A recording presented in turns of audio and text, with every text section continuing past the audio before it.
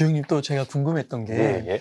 그 방송에서 보니까 예. 진짜 시청자분들의 예. 그 포트폴리오를 예. 실제 받으시고 예. 그걸 다 봐주시더라고요. 예, 예. 코멘트 주시고. 예, 예. 그 몇 분 정도 되시는 거예요? 사실은 굉장히 많이 연락해 그러니까. 주시죠. 예, 거의 저라도 뭐 하고 싶어요. 근데 사실은 이제 투자를 하면 그러니까 우리가 종목에 대해서 얘기를 하는 거는 사실은 굉장히 알 수가 없고 뭔가 좀 이게 굉장히 미래가 도저히 알 수가 없고 어떻게 그 종목에 대해서 얘기하는 거는 사실 큰 의미가 없는데 아까 계속 말씀드리지만 포트폴리오, 그러니까 포트폴리오를 봤을 때 이것이 얼마의 기초자산이 안전하고 그 다음에 얼마나 위험한지. 그러니까 제가 이제 딱 말씀드리고 포트폴리오 딱 보면 어떻게 말씀드리냐면 굉장히 안정적으로 투자하시고 있다. 아니면은 굉장히 공격적으로 투자하시고 있다. 이것만 좀 이제 코멘트를 드려도 많이 좀 도움이 받으시는 것 같더라고요. 그냥 이 투자를 사실은 이제 우리가 공부를 해서 투자를 하는 게 아니기 때문에 그거를 이제 좀 어려워하시는 분들이 많으시거든요. 그래서 그런 것들 제가 좀 말씀을 드리고 있습니다. 수백 명 되시는 거죠? 예, 거의 수백 명, 수천 명이 하는데, 예. 근데 사실은 제가 봤을 때는 그 포트폴리오라는 건 한 번만 이렇게 말씀해 드리면은 제가 이제 다시 검사를 맡아라고 하거든요. 그래서 이렇게 하면 어떨까요? 라고 했을 때는 이 정도면 뭐 나쁘지 않습니다. 라고 이제 본인 성향, 내 투자 성향, 내가 공격적인 포트폴리오인지 안정형인지 아니면 요전 종목들을 모아가면 어떨까요? 라고 했을 때는 뭐 충분히 그거에 대해서는 이제 어떤 개별 종목이 아니라 이 종목이 좋다 안 좋다 이게 아니라 이 포트폴리오는 그러니까 균형이 있는 것 같고 안정적인 것 같고 이제 보통 일반 투자자분들이 좀 이제 헷갈려 하시는 게 뭐냐면 못하시고 헷갈리는 게 뭐냐면 예를 들면 그죠? 삼성전자, SK하이닉스 뭐라든지 이제 약간 이제 비슷한 업종을 예를 들면 현대차, 기아차, 현대모비스를 한꺼번에 다 들고 있을 필요는 없거든요. 그러니까 제가 이제 또 말씀드린 업종을 하나씩만 골라주시면 좋겠다. 약간 그런 게 이제 중복되는 게 좀 많고 이래서 그런 것들 이제 말씀해 주시면 왜냐면은 사실은 현대차, 현대모비스, 기아차 이렇게 들고 있는 것보다는 사실은 삼성전자 뭐 현대차 아니면은 뭐 차라리 NC소프트라든지 뭐 호텔신라 그러니까 업종별로 딱딱딱딱 이렇게 갖고 있는 게 훨씬 좀 더 균형이 있거든요. 약간 그런 느낌입니다. 그러면은 그 가운데서 제가 좀 궁금했던 거는 혹시 뭐 좀 이렇게 자산 투자 금액 이런 것도 다 밝히는 분들도 있으실 거잖아요. 그럼요. 많으시죠. 그 투자 금액에 따라서 예. 좀 이렇게 포트폴리오가 많이 갈리나요? 많이 갈리죠. 많이 갈리는 게 엄청나게 많이 갈리는 게 이제 보통 투자 상담하시면 보통은 제가 지금 상담해드리면 5천만 원에서 최대 40억? 예, 정도까지. 40억? 예, 40억. 주식에 40억이요? 예, 그 정도를, 생각보다 또 저기 계셔서. 근데 이런 것 같아요. 어떤 느낌이냐면, 한 10억이 넘어가면은, 10억이 돈이라는, 주식 투자하는 게 10억이 넘어가면은, 10억에서 내가 돈을 버는 거는 그렇게 중요하지 않아요. 그러니까 잃지 않아. 왜냐면 이미 어차피 10억이 있는 거잖아요. 근데 이제 예를 들면은, 3천만 원에서 만약에 한 5천만 원 사이면은, 그러니까 어떤 거냐면, 3천만 원에서 5천만 원이면 제가 종목을 많이 못 늘리게 해요.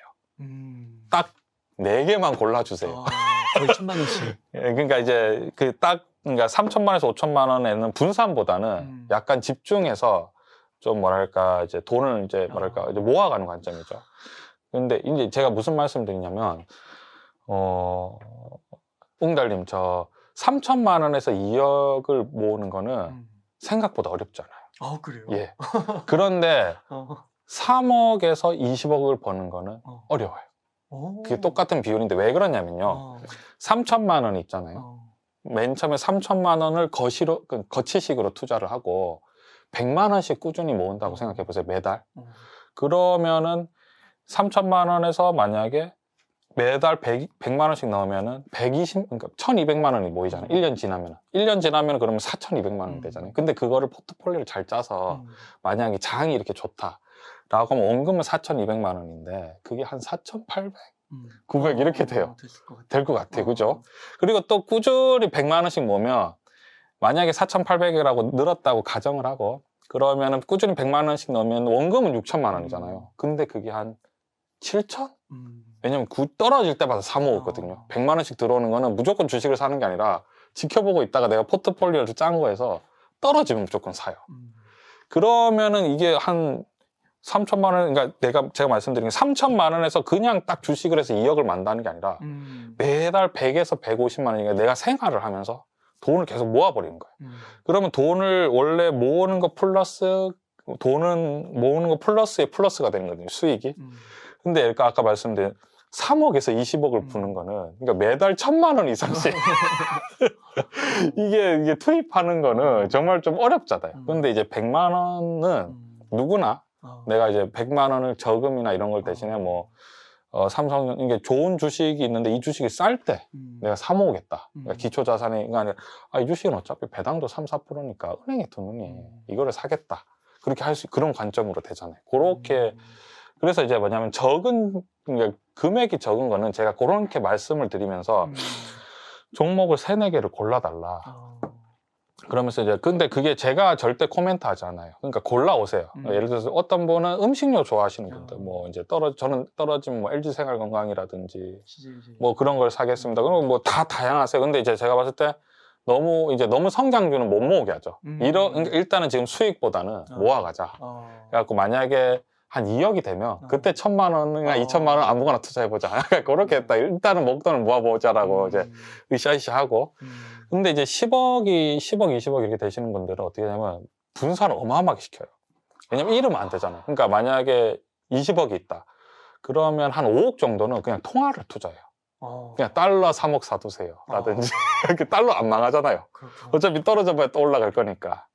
그러니까 이제 만약에 한 20억이 되면은 당연히 미국 주식 같은 경우에도 최대 뭐 3, 40% 바로 분산하고, 그러니까 ETF를 넣는다든지 미국 주식 분산하고 우리나라 주식 분산하고 거기다 금, 그 다음에 뭐 달러 뭐 이런 식으로, 그 다음에 채권도 집어넣어버리고 뭐 이런 식으로 이제 좀 안정적으로 해버리고 훨씬 분산이, 예를 들면은 3천만 원, 5천만 원 할 땐 종목이 한 3개에서 5개 사이면은 한 10억이 넘어가면 종목이 최소 20개 이상 완전히 분산시켜버리죠. 왜냐하면 수익이 별로 중요하지 않거든요. 왜냐하면 10억에 5%면은 얼마죠? 10억에 5%, 5천만 원. 그러니까. 그러니까 그 절대 금액이 커지는 거군요. 네, 수익률이 작더라도. 예, 전혀 상관이 없는 거죠. 그러니까 이제 금액이 커질수록 분산을 어마어마하게 시키고, 이제 분산을 시키면 이제 안전해지는 거잖아요. 약간 그런 관점. 그러면 아까 그 20억씩 막 갖고 있으신 분보다는 아무래도 그냥 제 생각선에서는 뭐 1억 미만, 뭐 3천에서 5천 이 정도가 많으실 수도 있을 것 같은데요.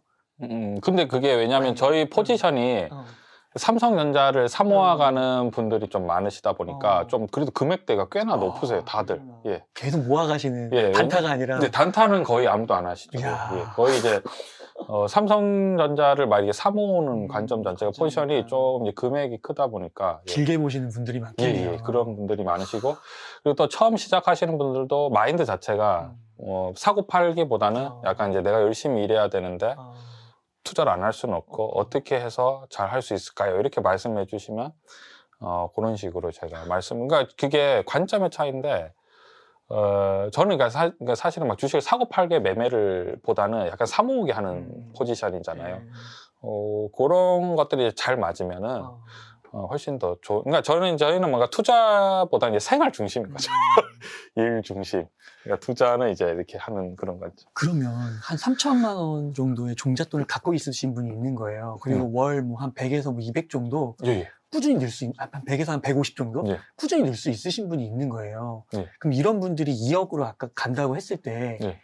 이게 막 확률이 막 아주 높진 않을 거 아니에요. 낮지도 않고 어느 정도 현실 가능성이 높다고도 볼 수 있는 근데 거예요. 제 친구들 같은 경우는 보통 그러면은 한 3년에서 5년 아, 안에 진짜요? 무조건 2억이 되는 것 같아요. 그래요? 왜냐하면은 그게 재미가 있는 거예요. 이번에도 삼성전자 떨어졌다 올랐잖아요. 음. 그러면 어떤 느낌이냐면 떨어질 때 이제 겁을 안 내요. 그러니까 그게 경험이라는 건데, 보통은 근데 보통 사람들 그럼 그 경험을 못 해요 라고 말씀해 주시면 저는 알고 있어요. 왜냐면은 사람들이 안 좋은 기억은 지워버리고 싶어요. 그러니까 뭐냐면 뭐가 떨어지면 손절을 해버리고 잊어먹어야지 이렇게 하고 실제로 잊어먹어요. 근데 이제 저 같은 경우에는 이제 저희 같은 경우에는 엄청나게 그 고통을 강요하거든요. 어려워도 눈을 똑바로 쳐다보고 이 떨어짐을 온몸으로 맞이해라 막 이렇게 그러니까 더 사라고 하면 너무 강압적인 같으니까 한 주씩이라도 한 주씩 10주씩이라도 막 더 그러니까 그걸 이제 경험하게 만드는 거죠. 그게 뭐냐면 보통 3천만 원 투자하다가 뭐 친구들 같은 경우에 100에서 150만 원 근데 처음에는 반신반의하면서 넣어요. 근데 1년 좀 지나면은 어떤 느낌이냐면 아 주식이 하나도 원래 변동성이 없고 이렇게 지겨운 건가? 약간 이제 그런 걸 느끼기 시작하는 거죠.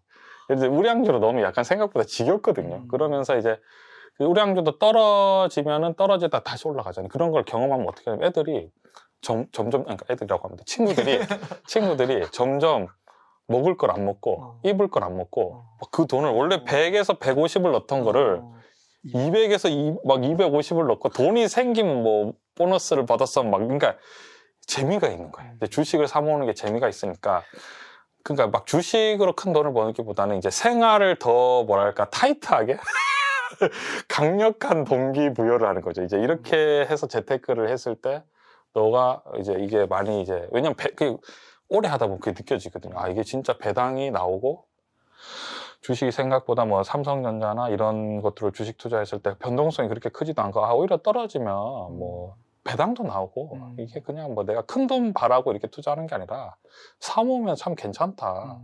그러니까 이런 나중에는 어떻게 되냐면 저희 채널에는 그런 축하를 굉장히 많이 하거든요. 삼성전자 1000주 모았어요. 그럼 막 우리 저희 박수 쳐주고 하거든요. 1000주면 지금 한 7천만 원 정도죠. 그러니까 이제 목표가 딱 생길 거예요. 무슨 1000주.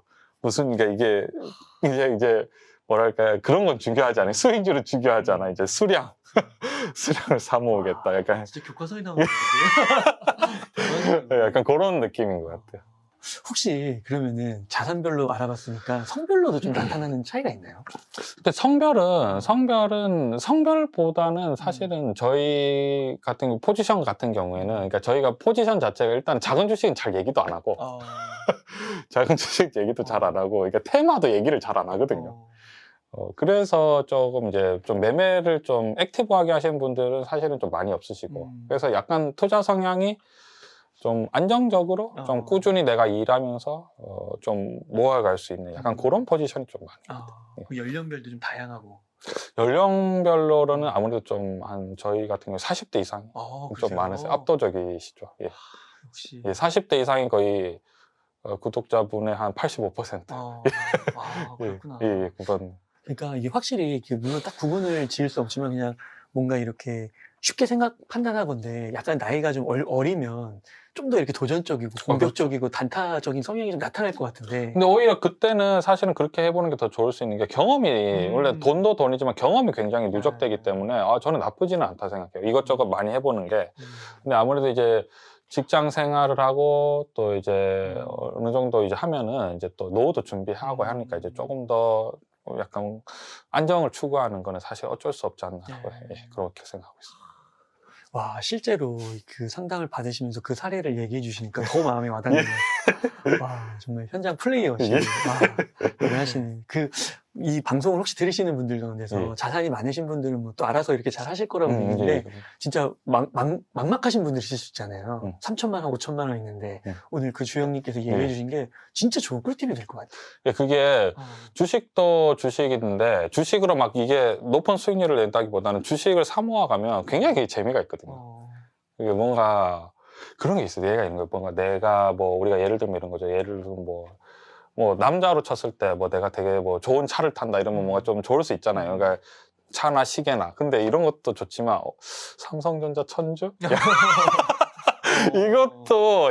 이것도 뭔가 으쓱하게 하는 뭔가 뭐 이런 게 왜냐면 우리가 시계 같은 거면 이게 자랑할 수 있는 거잖아요. 차도 그렇고. 근데 삼성전자 1000주는 이제 계좌를 딱 해서 이제 또 보여주는 야, 이런 것도, 그러니까 뭐냐면 이게 굉장히, 뭐, 우리는 콜렉팅? 약간 이런 수집 같은? 그럼 이게 동기부여가 강력하기 때문에, 굉장히 이제 뭐, 하다 보면은 이게 또 포트폴리오를 잘 짜서 저점일 때 잘 사고 이러면은 뭐, 금방 수익이 날 수 있는 거예요. 그러면 혹시 그 삼성전자 이렇게 좀 모아가는 게 대표적이시잖아요. 여러 가지 얘기해 주시기도 하지만, 삼성전자 매도 시점 뭐 이런 것도 있나요? 매도 시점 충분히. 그런 것도 얘기해 주시고. 그럼 제가 이제 저희끼리 이제, 그냥 뭐랄까, 그냥 장난삼아 말씀드리면, 아까 웅달님께서 말씀해 주신 거랑 똑같은데, 10만 원이 되면 우리는 파티를 하자. 그러면서 비중이 많으신 분들은 알아서. 30% 이렇게. 그러니까 알아서 그거는 이제 본인들은 알아서. 근데 우리는 목표는 일단 10만 원이라는 게 이제 정확하게 뭐냐면 10만 전자. 지금 삼성전자가 지금 7만 7천 원의 시가총액이 한 450조 정도 됐거든요. 그러니까 저희는 목표가 700조인 거예요. 애플이 시가총액이 3,500조인데 삼성전자는 시가총액이 한 650조, 700조. 근데 사실은 그러니까 이 참 상식적으로 하는데 애플이 또 이제 아까 전에 말씀 반칙이 있잖아요. 그 기축통화 반칙이 있잖아요. 그러니까 완전히 반칙이거든요. 제가 왜냐면 본인의 통화를 풀어서 본인의 주식으로 넣어버리니까 원화는 그렇게 할 수 없거든요. 원화는 많으면은 통화량 이런 걸로 했을 때 뭐 이제 신용평가사라든지 뭐 이런 것들이 찾을 수 있으니까. 근데 이제 그런 관점에서 봤을 때 삼성전자가 현실적으로 봤을 때 지금 당장 1,000조까지는 사실은 조금 그러니까 애플이 3,000조면은 3,500조면 1,000조면은 조금 뭐랄까 너무 적당한 것 같고 예. 한 600, 700조는 충분하지 않을까. 뭐 약간 그러니까 700조로 잡았을 때 한 650조 정도 되면은 삼성전자가 아마 10만 원쯤 될 거예요. 그래서 이제 거기에서는 이제 우리는 파티는 하는데 이제 알아서 그 이제 10만 됐는데 이제 뭐 그때는 이제 본인들 뭐 이제 알아서 이제 비중 조정했습니다. 그러니까 그런 목표? 여기서 진짜 되게 또 중요한 포인트가 다 파는 게 아니라 그죠. 뭐 개인적으로 성향에 맞춰서 뭐 30%일 수도 있고. 네, 그것도 비중으로. 예. 왜냐면 이때까지 꾸준히 사모았으니까 비중이 높을 거잖아. 그럼 그때 한번 또 줄여주는 거죠. 그럼 이제 현금 들고 있다가 뭐 다른 것도 해도 되는 거고. 야, 그런 관점. 혹시 삼성전자 외에 하나 또 좀 모아갈 만한 거 혹시 코멘트 좀 주실 수 있으실까요? 저 같은 경우에는 삼성전자가 비중이 거의 한 40에서 50 정도 되는 것 같거든요. 현대차가 한 10%, 네이버, 카카오가 한 20%, 요 정도 되고, 그게 이제 지금, 반도체, 그리고 언택트, 전기차. 그러니까 현대차도 전기차라고 생각을 하고 있기 때문에 그런 식으로 하고 나머지 한 30%는 이제 좀 2차 전지도 좀 투자했다가 게임주도 투자했다가 왜냐면 그런 성장주라고 하는 거는 기초 자산이 부실하니까 제가 어느 정도 수익이 나면 그냥 약간 팔아버리거든요. 그러니까 우리가 그러니까 어느 정도 수익이 뭐 좀 꽤나 높다라고 했을 때는 약간 팔아버리니까 그런 것들은 약간 거의 주력 포트폴리오는 약간 이런 식으로 지금 구성을 하면서 예, 하고 있습니다. 굉장히 딱 말씀만 들어도 굉장히 안정적이고 그리고 뭔가 그 주식 투자인데 주식 투자만 생각하는 게 아니라 우리 삶의 맞아요. 그 생활을 다 이렇게 해서 뭔가 이렇게 뭐라고 해야지 되게 그 굵은 말뚝을 딱 박아놓고 네. 안정적으로 해서 뭔가 이렇게 성장주를 하긴 하는데 크게 바운더리가 벗어나지 않는 듯한 그 우리 안에서 이렇게 안정적인 우리 안에서 이렇게 되는 그런 느낌? 그렇게 하면서 이제 그렇게만 하는 게 아니라 이제 그렇게 했을 때 제가 말씀드린 게 1억, 2억이 넘어가면 거기에서 10%를 아무거나 해보자. 뭐 포인트 할 수도 일단은 모아놓고 일단 너무 작은 거에서는 그렇게 하는 것보다 그러니까 그게 좋을 것 같아요. 그러면은 뭐든지 투자가 될 수 있는 거죠. 그러니까 저 갑자기 그 생각이 나네요. 좀 아까 이제 좀 앞에서 말씀해 주신 것처럼 어떤 사람이 재산이 1,000만 원인데 1,000만 원을 다 예를 들어 성장주에 넣는 거는 투기가 될 수 있지만 완전히 투기죠. 근데 1억이 있는 사람이 10%인 1,000만 원 정도를 성장주에 아무거나 넣는 거는 그게 오히려 또 투자가 될 수도 있는 거죠. 얻어 걸릴 수 있으니까. 심지어 뭐 기초자산이 뭐 없다고 말하는 뭐 예를 들면 코인 같은 것도 전혀 상관없죠. 상관이 없는 거죠. 잃어도 뭐 상관이 없으니까. 그것도 투자가 될 수 있는 거죠. 왜냐면 1,000만 원이면은 마이너스 50%가 최악이라고 해도 반토막이라고 해도 500만 원이니까 1억에서 500만 원은 손해 볼 수 있는 거죠. 그렇죠. 뭘 해도 손해 볼 수. 또 다른 그 말뚝 박아놓은 데서 올라가면 또 당연히 보전이 되는 거고. 플러스 마이너스가 되니까. 예. 그 정도는 우리가 과감하게 해야 되는데 중요한 건 그러니까 결국은 안정은 얼마나 그러니까 위험을 얼마나 계산하느냐 안 하느냐가 결국은 투자와 투기를 가르는 핵심이라고 생각을 해요. 예. 그런 관점. 어떻게 이렇게 진짜 수백 명, 수천 명의 포트폴리오를 갖고 계신데 이 방송 나가고 만약에 막 더 이렇게 한다고 하시면 근데 채널이 아직 작아서 버니올지는 모르겠지만 만약에 버니온다고 했을 때 괜찮으시겠어요? 근데 그 포트폴리오를 보는 거는 사실은 그렇게 오히려 그게 좀 되게 이성적으로 접근할 수 있거든요. 그러니까 종목에 대해서 얘기를 하면 사실 굉장히 위험할 수 있는데 그냥 포트폴리오? 그러니까 왜냐면 이 기초 자산을 가지고 이게 안정인지 아니면 위험한 건지는 누가 봐도 그러니까 안정적인 건지 성장주인지 아니면 테마주인지 이건 뭐 누구나 뭐 납득할 수밖에 없는 상황이기 때문에 그런 게 근데 사실은 뭐 제가 큰 도움을 드린다기보다는 제가 이제 여러분 그 웅달님한테 이제 또 솔직히 그 뭐 어떤 말씀을 드리면 이게 주식 투자를 하면은 사실은 힘들 때도 많고 또 잘 될 때도 있는데 그걸 누구한테 말을 할 수가 없어요. 벌었다고 해서 자랑을 할 수도 없고 또 잃었다고 해서 막 그게 이제 근데 우리 투자하는 사람들끼리는 사실은 그게 이제 힘들 때 같이 위로를 하고 그다음 또 잘 될 때 같이 박수를 쳐줄 수 있고 막 우리가 삼성전자 천주 모으면 막 박수 쳐주고 하거든요. 그런데 하는 말이 우리끼리만 이게 박수 쳐주지 박수 쳐주기가 쉽지 않다. 왜냐면 상황 이게 다들 힘드시잖아요. 그래서 이제 포트폴리오를 꼭 제가 봐준다기보다는 그냥 서로 응원 메시지고 뭐 이렇게 하고 있습니다. 이러면은 이제 제가 뭐 이제 간단하게 코멘트만 드려도 또 너무 이제 또 좋아하시는 것 같아서 그런 의미로 예, 받아들이고 있습니다. 제가. 예, 너무 좋은 것 같습니다. 이렇게 해서 네. 많은 분들이 도움 받고 주식 투자 그 정도를 예. 걸어가시면 너무 좋을 것 같습니다. 아까 그럼 포트를 봐주시다가 조금 이렇게 공격적인 유형이다라고 피드백을 주신 거예요. 예, 예. 그럼 그분들이 그걸 듣고 예. 이게 공격적인 거예요. 이렇게 깨닫게 되는 경우도 있어요. 경우가 아니라 다 깨닫죠.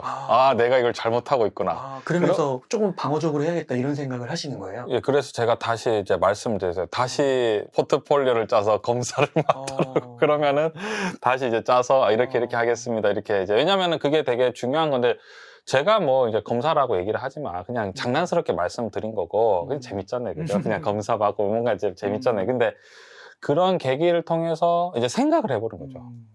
왜냐면 이게 아까 말씀드렸지만 이 주식을 하면서 누구한테 얘기하기가 쉽지가 않거든요. 그러니까 그래서 이런 것들을 한번 재정비? 약간 그런 관점으로 왜냐면 이제 혼자만 생각할 때는 그게 잘 보이지 않다가 이제 이런 거 혼자만 생각할 때는 내가 완벽한 것 같아 라고 하는데 저한테 이주영 그러니까 주영님에게 보여주기에는 갑자기 부끄러울 수도 있고 이거 내가 좀 잘못하고 있나?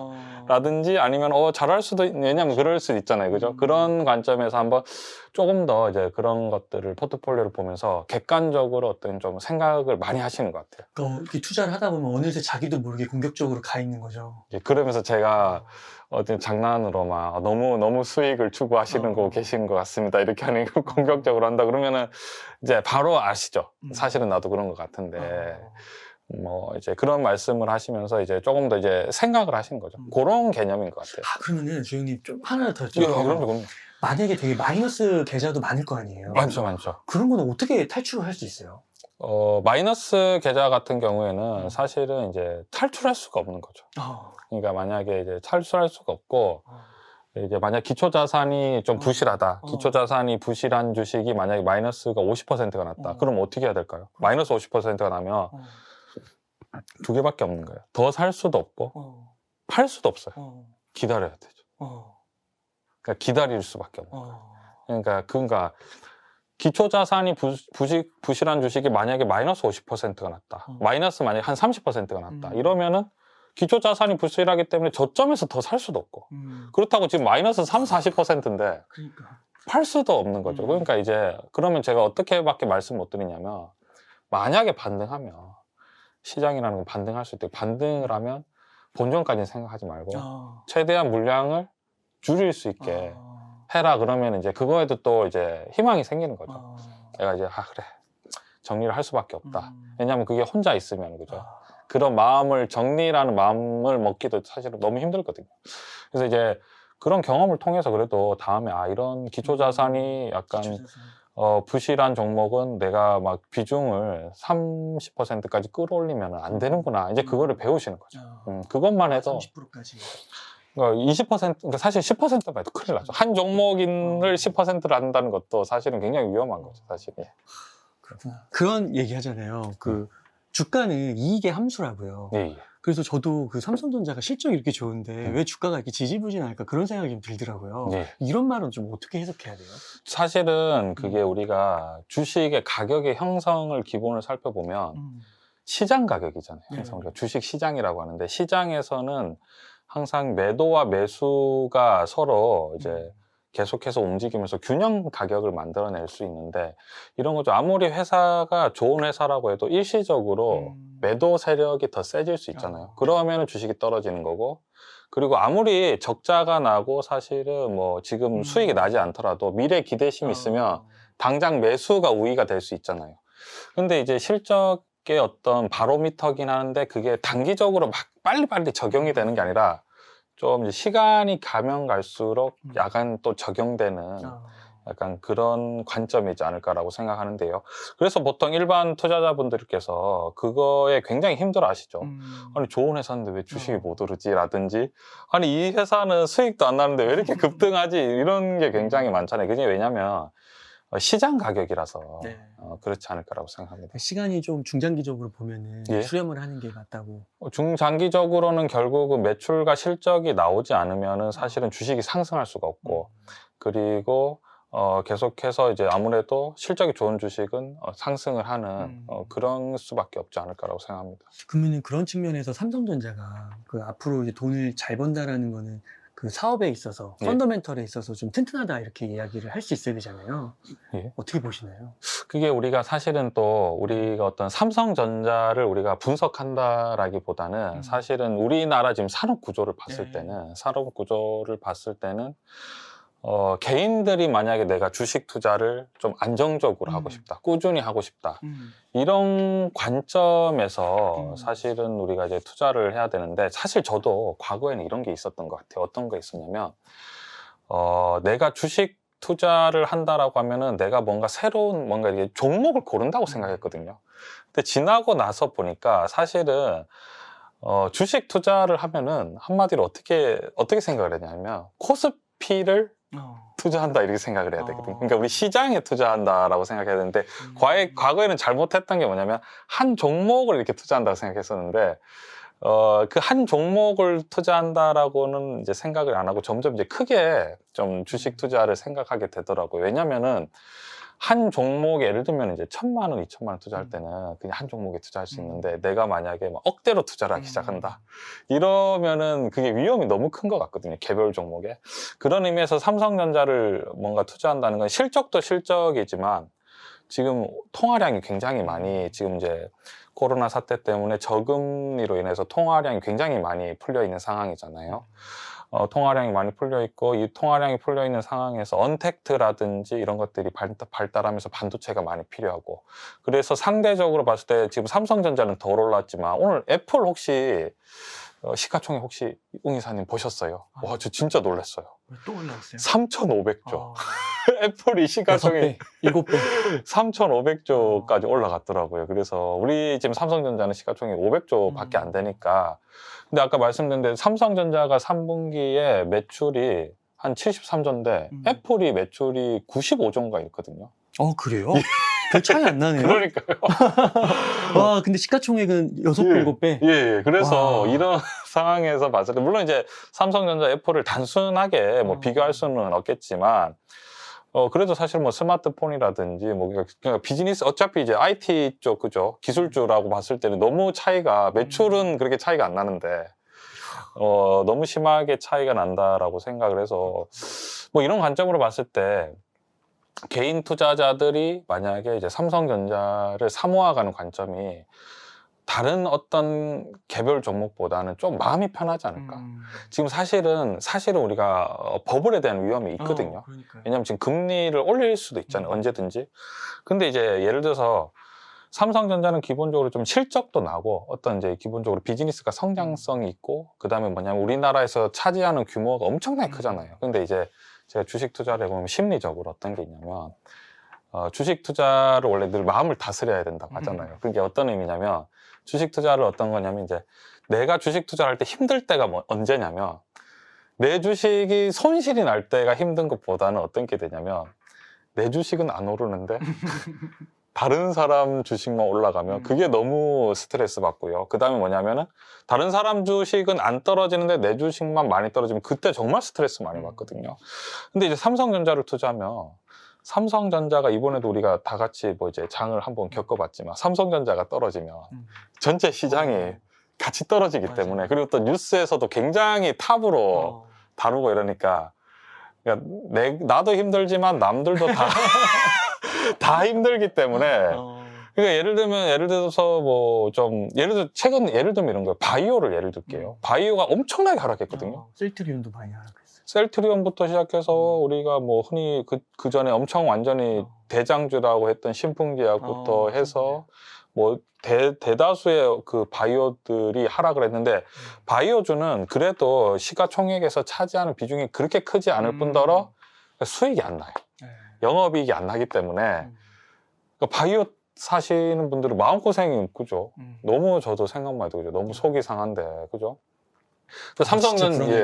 삼성전자는 떨어졌던 코스피가 같이 떨어지니까. 그러니까 제가 장난말로 친구들한테 뭐라고 얘기하냐면 친구들한테 국민은행 시가총액이 얼마인 줄 아는가 아니면 신한지주 시가총액이 얼마인지 아느냐 이렇게 물어보거든요. 그러면은 그러니까 국민은행 시가총액이 뭐 25조에서 30조밖에 안 된다. 그리고 삼성전자가 시가총액이 지금 거의 500조다. 우선주까지 합쳐서 어디가 먼저 망할 것 같느냐 이렇게 막 물어봐요. 그래서 은행에 두나 지금은 뭐 어차피 삼성전자는 배당도 나오고 어차피 뭐 지금 비즈니스가 성장성이 있으니까 뭐 삼성전자에 좀 분산해서 투자해도 뭐 예금만 너무 하는 것보다는 좀 적절하지 않나 약간 그렇게 얘기를 하거든요. 그러니까 안심을 시켜주는 거죠. 은행도 뭐 그렇게. 왜냐면 삼성전자가 우리나라에 차지하는 그러니까 올해 영업이익이 지금 거의 한 50조 정도 예상이 되는데 작년에 우리나라가 코스피가 전체 벌어들인 돈이 아마 110조가 안 되거든요. 근데 지금 삼성전자 혼자 50조고 그다음에 SK하이닉스부터 해서 그 주위에 반도체 어떤 이익을 다 합쳐보면은 만약에 삼성전자가 힘들어지면 코스피 자체가 힘들어지면은 그러니까 우리나라 산업이 힘들어진다는 건데 그럼 환율이 폭등하거든요. 그럼 환율이 폭등하면은 내가 은행에 가만히 돈을 안전하게 둬도 저절로 돈의 가치가 떨어져 버리는 거잖아요. 그러니까 결국은 이게 뭔가 우리나라 같은 경우에는 뭐 그런 얘기 하잖아요. 우리나라는 사람이 최고의 재산이다라고 하는데 그러니까 결국은 끊임없이 머리를 써서 남들보다 더 좋은 어떤 이런 반도체라든지 상품을 만들지 않으면 우리의 부가 다 쪼그라들기 때문에 결국은 우리의 선택은 공격, 그러니까 투자.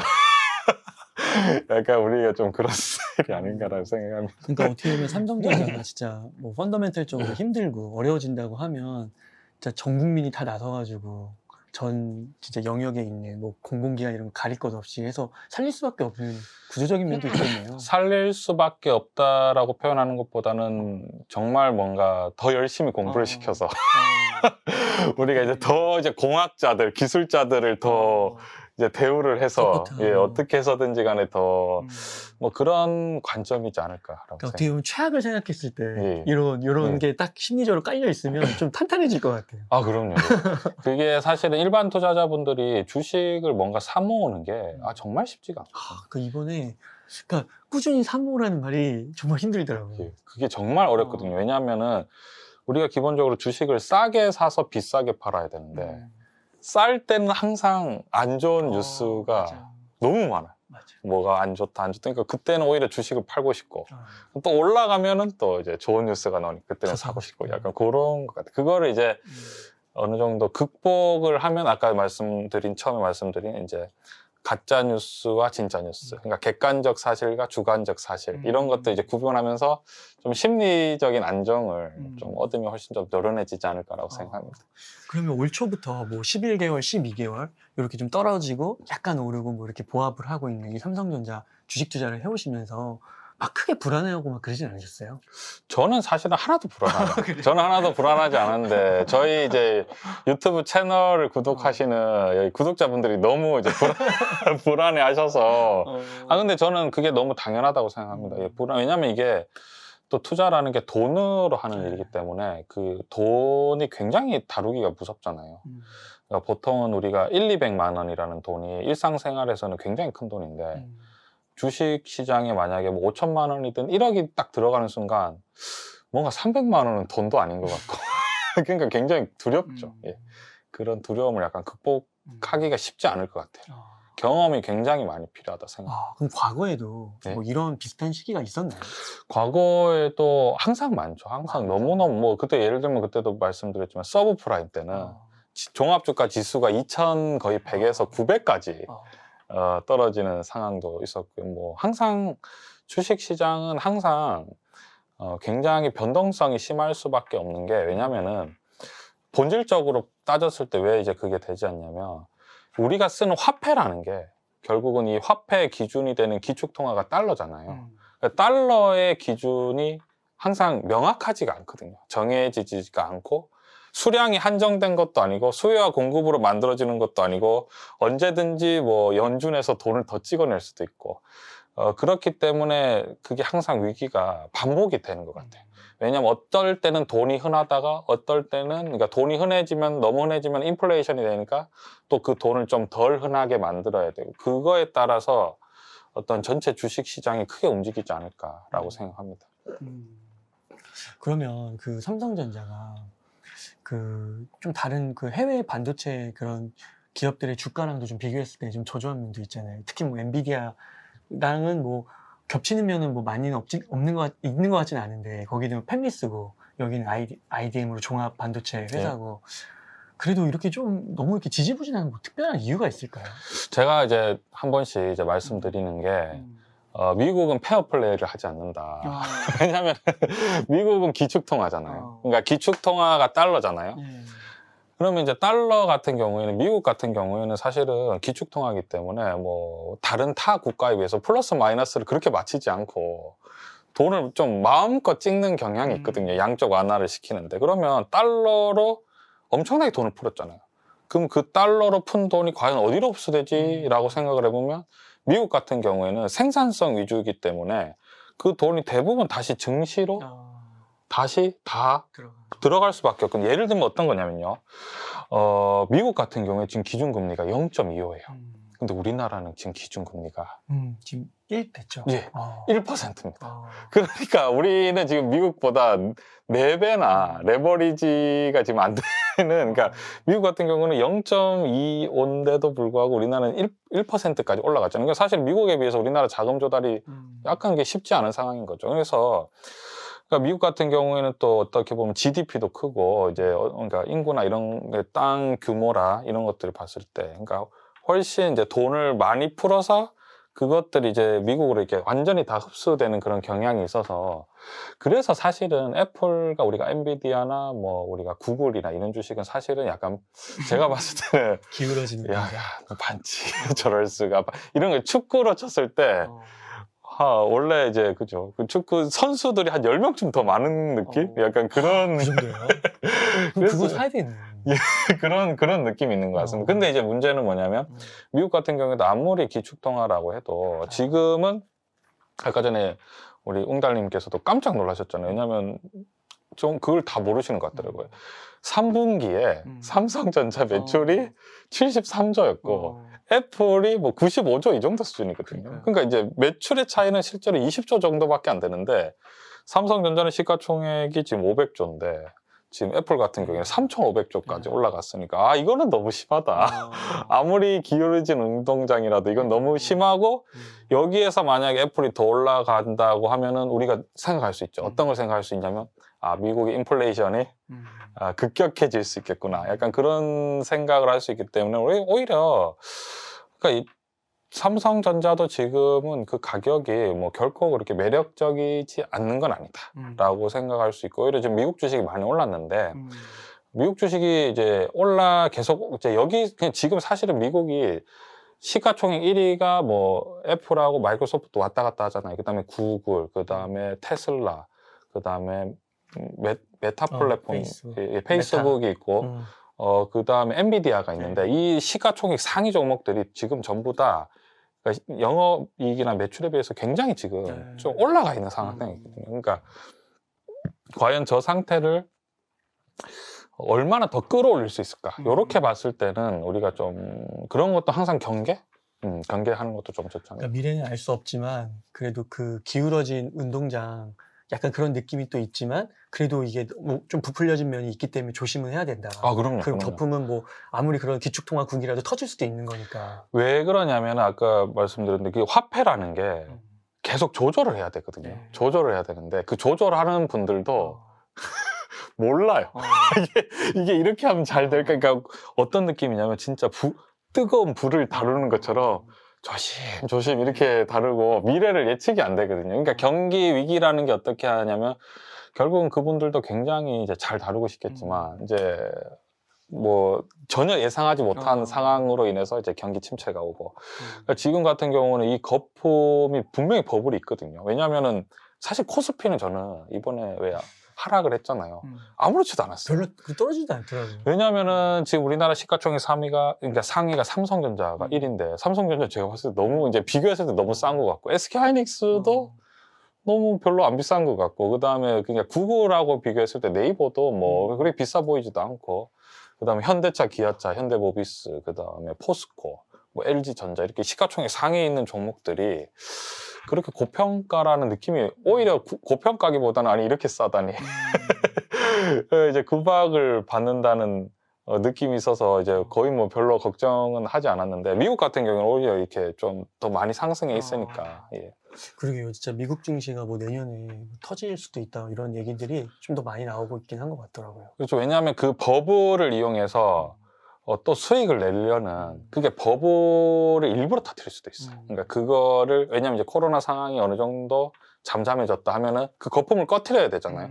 그래야지만이 사람들이 다시 그 돈을 벌기 위해서 일을 하고 기업이 이제 왜냐하면 너무 많은 통화가 있으면은 사람들이 이제 어떤 인플레이션도 있고 그다음에 또 일을 해도 일하는 것보다 어떤 투자가 더 값어치가 있게 되니까 그렇게는 일시적으로는 유지가 되지만 장기적으로는 유지가 안 되거든요. 그렇기 때문에 결국은 그 버블을 손을 벌려고 할 건데 지금은 코로나 상황이 있기 때문에 뭐 지금 만약에 버블을 꺼트린다고 만약에 뭐 주식이 어떤 힘을 빼버리면은 이제 뭐 연쇄 도산이 날 가능성이 큰데 어느 정도 완화가 됐다고 하면 이제 또 분명히 그 거품을 한번 좀 눌러주지 않을까라고 생각을 합니다. 근데 우리나라 코스피는 뭐 제가 봤을 때는 오른 게 없기 때문에 그러네요. 예. 그 아까 말씀해 주실 때 진짜 그 주가가 내려갈 때는 오히려 더 못 산다. 그때 사야 되는데 그러니까 그게 그 심리를 딱 지금에 적용해도 좋을 것 같아요. 그러니까 물론 그걸 딱 적용할 수 있느냐 없느냐는 더 생각을 해봐야겠지만 개인적으로 근데 진짜 지금이 기회일 수도 있는 거죠. 더 모아갈 수 있는 기회일 수도 제가 있는 봤을 거죠. 때는 예, 나쁘지 않다. 나쁘지 않다. 지금 가격을 과연 지금 삼성전자가 시가총액이 500조인데 500조고 지금 주가 가격은 8만 원이 좀 안 되잖아요. 한 7만 6천 원, 7만 뭐 7천 원 이 정도 가격인데 이 가격이 과연 주식을 샀을 때 떨어지는 걸 겁을 내야 되는 그 포지션이 어떤 거냐면 올해 영업이익이 삼성전자가 50조가 좀 안 될 것 같은데 과연 내년하고 내후년에 이 실적이 어떤 반도체나 어떤 스마트폰이나 이런 것들이 줄어들까라고 생각을 하면은 또 어떤 것까지 생각할 수 있냐 미국이 지금 버블이 어느 정도 있잖아요. 통화량이 많은데 저 버블이 결국은 어느 정도 이제 많이 주식이 올라갔다라고 하면은 그 돈이 많은 거잖아요. 돈이 많아진 거기 때문에 삼성전자 폴더블 폰도 뭐 더 사기도 쉬울 거고 라든지 아니면은 뭐 삼성 뭐 이런 많은 것들 이제 소비가 더 이뤄질 건데 이런 것들이 과연 하락을 할까 올라갈까 이런 관점으로 보면은 조금 더 쉽지 않을까 라고 생각합니다. 그 제가 그 삼성전자 주식을 처음 이렇게 모으기 시작했을 때 그 생각을 했었거든요. 배당을 그 코로나 때 보니까 거의 막 3% 4%까지도 막 줬더라고요. 근데 그 후에 그 배당이 1%대로 떨어졌거든요. 주가가 오르면서. 그래서 내가 3%만 했으면 무조건 샀을 텐데 그랬는데 지금 3%인데 못 사겠더라고요. 그게 사실은 엄청난 강점인 게 애플하고 뭐 구글이나 그다음에 마이크로소프트는 배당이 거의 없거든요. 왜냐면은 고평가가 돼 있기 때문에 지금 주가가 높기 때문에 그러니까 삼성전자는 지금 배당을 또 줄 수 있는 상황이기 때문에 우리가 뭐 너무 걱정은 안 해도 약간 되지 않을까. 이 사람이 심리를 공부를 하고 지식을 갖고 있음에도 그걸 이렇게 역으로 행동을 한다는 게 참 쉽지 않은 것 같아요. 예, 그게. 근데 왜냐면 이게 돈을 다루는 일이다 보니까 아무래도 좀 두려움이 먼저 앞서는 건 어쩔 수 없는 것 같아요. 그래서 이제, 그래서 이게 어떤 거냐면 이제 보통 일반 투자자분들은 2천만 원, 3천만 원 할 때는 굉장히 투자 잘 하시거든요. 왜냐면 손해 봐봐야 300이잖아요. 마이너스 10%. 뭐 채들어 봐봐야 400, 500이잖아요. 그러니까 그거는 내가 또 다른 거 뭐 덜 먹고 덜 입고 많이 할 수 있다 이렇게 하는데 이제 2억, 3억이 되면 똑같은 비율로 따졌을 때 막 2천만 원, 5천만 원 이렇게 되니까 이제 거기에서 오는 엄청난 두려움 이 돈을 절대 손해를 보면 안 된다. 거기에서 아마 조금 많이 좀 많이 달라지지 않을까라고. 그래서 똑같은 투자라고 해도 이 투자 자금에 따라서 또 완전히 달라지거든요. 상황이. 그런 것도 있어요. 이번에 삼성전자 좀 주가가 출렁일 때 나왔던 얘기가 뭐 디램 가격 하락, 그리고 미중 반도체 패권 전쟁, 막 이런 게 얘기가 나왔잖아요. 그러니까 이런 이슈들을 접할 때 좀 어떻게 좀 걸러들어야 돼요? 저건 의견이다. 의견이다. 의견이라고 생각하고 그러면은 어떻게 해야 되냐. 만약에 이제 실적을 보는 거죠. 만약에 진짜 4분기 실적이 줄어드는지 아니면은 늘어나는지 그거를 확인을 좀 해야 되는 그런 게 좀 필요한 것 같아요. 제가 봤을 때는. 그러면 그런 거를 좀 확인하고 봤을 때 크게 이슈가 안 될 것이라고 보시는 거예요? 근데 제가 봤을 때는 지금 그러니까 반도체 가격이 하락하고 올라가는 것은 사실 전문가들이 그죠. 전문가들은 근데 전문가들도 그 수요 예측을 제대로 할 수는 없거든요. 그 어떻게 왜냐면 그 시장이기 때문에 많이 틀린다고 하더라고요. 시장 분석인데 지금 돌아가는 상황을 봤을 때는 아이폰도 지금 반도체가 없어서 많이 못 만든다 하더라고요. 그리고 자동차는 요즘에 제가 깜짝 놀랐는데 현대차 같은 경우만 봐도 뭐 GV80 같은 경우에 거의 지금 대기가 거의 6개월에서 1년? 그러니까 반도체가 없어서 차를 못 만든다는 그런 얘기가 나오는데 요즘 같은 경우는 또 웬만한 자동차에 자율주행 기능이 많이 들어가고 있잖아요. 그죠? 그렇기 때문에 반도체가 가면 갈수록 더 필요할 것 같아요. 그러니까 이 상황을 봤을 때는 반도체 안 모자랄 것 같은데 반도체 안 모자랄 것 같은데 약간 그런 것들도 물론 이제 상식선에서 좀 접근하는 것도 나쁘지는 않을 것 같고 그러니까 전문가 의견도 물론 참고는 하지만 근데 만약에 수요가 많아질 수도 수요가 많아질 수도 줄어들 수도 있겠지만 그 어떤 저거는 의견이고 지금 일단은 3분기 최대 실적이 났는데 과연 4분기도 얼마나 줄어들까 이런 것들 예측하면은 만약에 그렇게 줄어들어도 그렇게 줄어들 것 같진 않은데 지금 시가총액에 비해서는 그나마 그래도 뭐 이제 다른 애플이나 뭐 TSMC나 그다음에 뭐 인텔이나 마이크로젠이나 이렇게 비교했을 때 삼성전자는 싸다 이런 것 같습니다. 제가 봤을 때. 그리고 또 중요한 게 뭐냐면 삼성전자 그러면 만약 힘들어질 수도 있겠지라고 하는데 만약에 삼성전자가 진짜 힘들어지면 코스피도 같이 약간 빠지는 뭐 그런 관점인 거죠.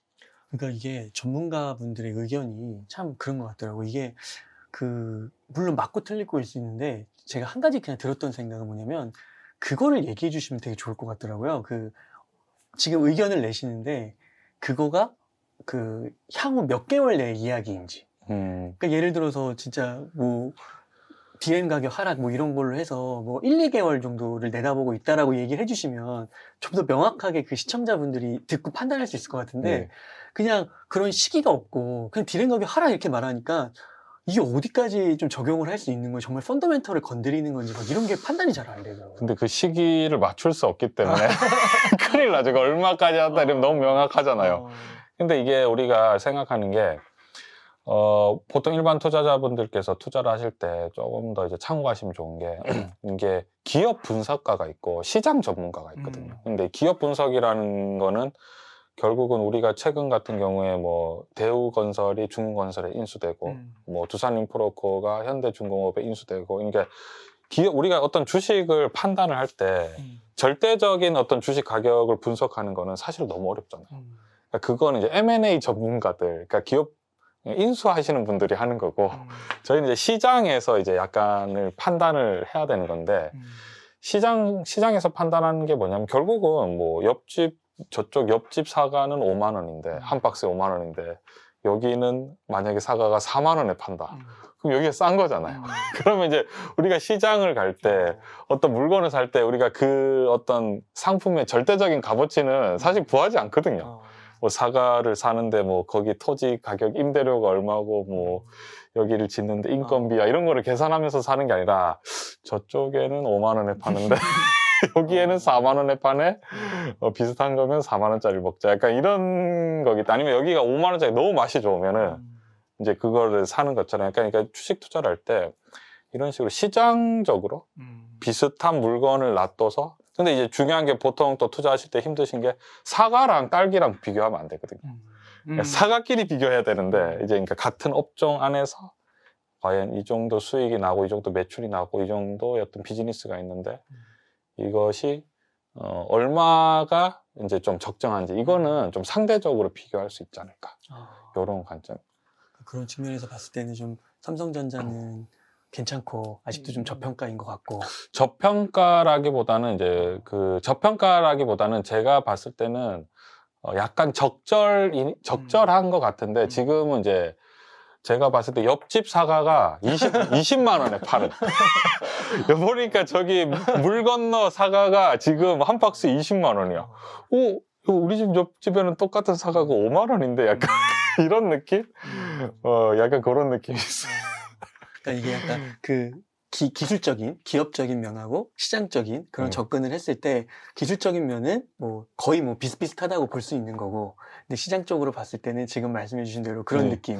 아까 그 웅달님께서 아까 전에 몇 개월을 딱 정해줬으면 좋겠다. 그러니까 그거는 이제 우리는 기본적으로 투자자 입장은 사실은 소비자 입장이거든요. 그러니까 뭔가 이렇게 그러니까 주식을 사는 입장이잖아요. 근데 이제 그런 막 몇 개월 우리가 어떤 투자를 할 때 와, 이게 뭔가 디램 가격이 앞으로 떨어질 것 같아서 주식이 하락하고 뭐 이런 것까지 생각하기에는 사실은 뭔가 너무 힘들고, 사실은 그러니까 투자적 관점에서 봤을 때 그럼 어떻게 그걸 극복하냐면, 내가 이게 뭔가 확신이 없고 이 주식이 좋은 것 같긴 한데 애매하다 그러면은, 만약에 내 이 주식을 1,000만 원을 투자하고 싶으면은 한 300만 원? 그러니까 떨어지면 더 사야지 하고 700만 원이 있으면은 떨어지면 더 사면 되잖아요. 그러니까 마음이 되게 편하거든요. 근데 이제 문제는 한꺼번에 1,000만 원을 확 다 사버리면은 이제 떨어질 때 이제 그런 시장 전문가가 아니라, 이제 시장 분석이 아니라 이때 기업 분석을 하면은 이제 무서운 거죠. 내가 너무 빨리 투자한 건 아닐까 이러면서 이제 또 떨어지면은 손절매 해버리고 싶고 약간 그런 것 같습니다. 그럼 주영님께서 지금 이렇게 보실 때는 좀 현금을 좀 비중을 어느 정도 좀 가져가면 좋을 것 같으세요? 아니면 좀 늘릴 필요도 있는 것 같으세요? 근데 저는 그게 약간 그게 어떤 왜냐면 일괄적일 수가 없고 개인적 상황인 것 같은데, 저 같은 경우에는 투자를 좀 오래 했잖아요. 그죠? 오래 했기 때문에 그 전부터 갖고 있는 주식 굉장히 많거든요. 그러니까 삼성전자도 거의 뭐 굉장히 단가가 그래도 좀 밑에 있는 단가이기 때문에, 그러니까 원래 기존에 수익이 나셨던 분들은 오히려 뭐 현금이 필요하면 현금 필요할 때만 뺐었으면 될 것 같지만, 지금 만약에 신규로 투자한다. 신규로 투자하시는 분들은 당연히 뭐 지금 시점에서 굳이 무리해서 투자할 필요는 없는 거죠. 만약에 내가 뭐 1억을 투자하고 싶다 그러면은 지금 같은 시장에서는 뭐 여유 있게 뭐 한 3, 4천, 그러니까 3, 40%만 투자하고 60%는 그냥 가만히 현금 들고 있으면서, 삼성전자가 그러니까 그분들은 너무 좋은 게, 만약에 77,000원에 사시면 7만 원으로 떨어지면 더 사도 되고, 65,000원에 떨어지면 더 사도 되고, 예를 들어 반대로 만약 오르면 또 3천만 원 있잖아요. 좋잖아요, 기분이. 만약에 오르면은 만약에 8만 뭐 9천원까지 올라간다라고 하면은 당연히 77,000원에서 89,000원까지 올라가면 83,000원까지 또 조정을 받거든요. 뭐 그때 다시 사도 돼, 더 사도 되고. 그러니까 추세를 보고 사도 전혀 늦지 않죠. 9만 원까지 올라가면 83,000원까지 조정을 받아요? 충분히 그럴 수 있죠. 왜냐면 그 매물대라고 하는데, 근데 왜냐면은 77,000원, 그러니까 지금 7만 원에 사실 사신 분들도 많으시거든요. 그러니까 계속, 왜냐면 7만 원대에서 아마 2달 정도 머물렀던 것 같아요. 한두 달 정도. 그러니까 7만 원에 사신 사람들이 9만 원대가 되면 어떻게 하고 싶을까요? 매도를 하고 매도하고 싶겠죠. 왜냐하면 이만큼 단기적으로 거의 30% 냈기 때문에. 그럼 그러니까 그리고 보세요. 그게 떨어지는 원리가 뭐냐면 9만 원일 때, 그러니까 7만 원일 때 산 사람은 9만 원일 때 주식을 매도하고 싶을 거고, 근데 현금을 갖고 있는 사람은 9만 원일 때 공격적으로 사지 않는 거죠. 너무 많이 올랐네 하고 가만히 보고 있는 거예요. 그러면은 이제 매도 물량이 나오면서 대기 자금이 기다리고 있다가 이제 83,000원 되면 이제 대기하고 있는 자금이 이제 그 주식을 이제 항상 주식이 그래서 파동이라고 하거든요. 심리가 이제 누군가 수익이 나고 누군가 손실이 나고 이게 이렇게 계속 왔다 갔다 움직이는, 약간 그렇지 않을까. 그러면 만약에 제가 뭐 7만 원 선에서 샀어요. 근데 이제 주식이 9만 원이 된 거예요. 그럼 이때 현금은 좀 있고, 그럼 이런 상태에서 만약에 9만 원이 한 8만 3천 원대로 떨어진 거예요. 그럼 근데 그거를 예상하고 9만 원대에 파는 선택이 좋은 거예요? 아니면 그냥 어차피 7만 원에서 9만 원까지 올랐는데 떨어져봤자 8만 3천 원이고, 그럼 떨어지면 난 오히려 더 사겠다, 현금도 있으니까, 이렇게 접근하는 게 더 좋다고 볼 수 있는 거예요? 그것도 약간 그 개인 상황마다 다 다른 건데, 예를 들면 내가 삼성전자가 한 70%가 있어요. 만약에 뭐 진짜 뭐 1억 정도 있는데 7천만 원어치를 삼성전자를 몰빵을 해놨다. 그러면 저는 어떻게 생각하면 7만 원인데 만약에 9만 원까지 올라가요. 그러면 단기적으로 한 20%가 수익 확 났잖아요. 그럼 70%예요. 그럼 저는 어떻게 생각하면 30%는 줄여도 된다 생각해요. 아, 30% 정도는 그럼 비중을 40%까지 떨어뜨리는 거잖아요. 그러면 이제 만약에 40%까지 떨어지고 더 올라도 좋은 거잖아요. 그럼 떨어지면 어떻게 하냐면 떨어지면 떨어진 대로 다시 판 거 다시 사면 되잖아요. 근데 이제 저는 추천드리지 않는 게 만약에 그럼 전 70%가 있으니까 7만 원에서 9만 원까지 올라가서 한꺼번에 다 파는 거. 그럼 그때부터는 이제 페이스가 그러니까 이제 완전히 이제 무너지기 시작하는 거예요. 왜냐하면 만약에 그게 어떻게 되냐면 7만 원에 샀는데 9만 원에 팔잖아요. 근데 만약에 너무 좋은 이슈가 생겨서 9만 3천 원, 4천 원까지 올라갈 수 있잖아요. 그러면 이제 완전히 밤에 잠도 못 자고 돈 벌었는데도 이제 내가 왜 팔았을까 막 이렇게 되거든요. 그러니까 이거를 뭐냐면 맞추려고 하면 안 되고 내 포트폴리오 안에서 삼성전자가 이렇게 많이 올랐으니까 요 정도는 한 30%, 그러니까 이게 하다 보면 그러니까 내 마음의 평정심. 그러니까 왜냐면 어떤 거냐면 70%가 있는데 9만 원에서 만약에 8만 3천 원까지 떨어지면 그럼 내가 또 마음이 아파요. 나는 왜 그때 팔지 않았는가. 근데 이제 30%라도 팔아놓으면 난 정말 최고의 선택이었다. 이렇게 할 수가 있잖아요. 그죠? 이게 참 뭔가 이게 시장적인 관점으로 이런 식으로 짬 투자하면은 참 좋지 않을까라고 생각해요. 그때 상황마다 다 다른 거. 개인의 성향도 되게 중요하겠네요. 예, 그럼요. 자신의 투자 스타일. 예, 맞습니다. 그게 또 30%로 얘기하셨지만 어떤 분은 50%일 수도 있는 거고. 맞습니다. 그러니까 그때마다 어떤 그 투자 비중, 그래서 제가 늘 이제 강조하는 게 포트폴리오. 포트폴리오를 항상 강조를 드리거든요. 그러니까 종목을 보려고 하지 말고, 그러니까 포트폴리오 내가 어떤 업종에 어떤 비중으로 어떻게 투자할 것인가, 요런 게 항상 그래서 제가 말씀드리기를 바이오 제약 같은 경우에는 포트의 10% 이상은 좀, 왜냐하면 좋은 회사긴 한데 떨어질 때 방어가 안 돼요. 네.